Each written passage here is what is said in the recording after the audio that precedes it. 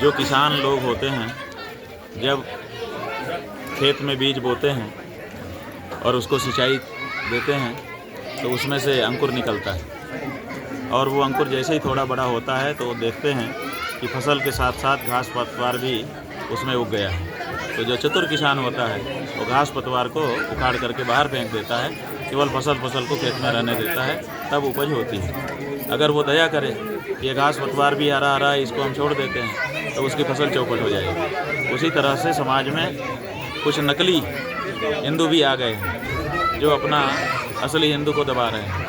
इसलिए समाज को अब नकली हिंदू और असली हिंदू की परिभाषा समझनी होगी।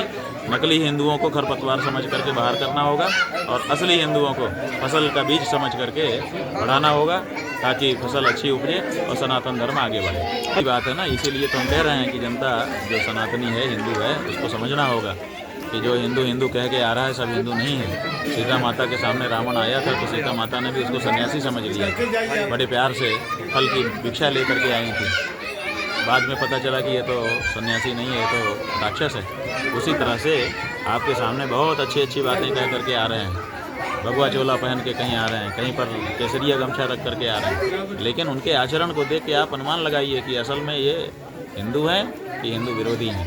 ये अब सनातनी जनता को समझना ही होगा, अन्यथा कालनेमी उनको ठगेंगे जैसे रावण ने सीता जी को ठगा था। अब सनातनी जनता को सीता माता नहीं बनना है कि रावण सन्यासी वेश धारण करके आए तो विश्वास कर लें। अब सनातनी जनता को हनुमान बनना है कि सन्यासी का वेश धारण करके अगर कालनेमी नाम का राक्षस आए तो उसको घुमा करके पटक दें। अब हनुमान बनो, इसलिए यही हमारा संदेश है। वीके न्यूज उत्तर प्रदेश उत्तराखंड, सच का सारथी।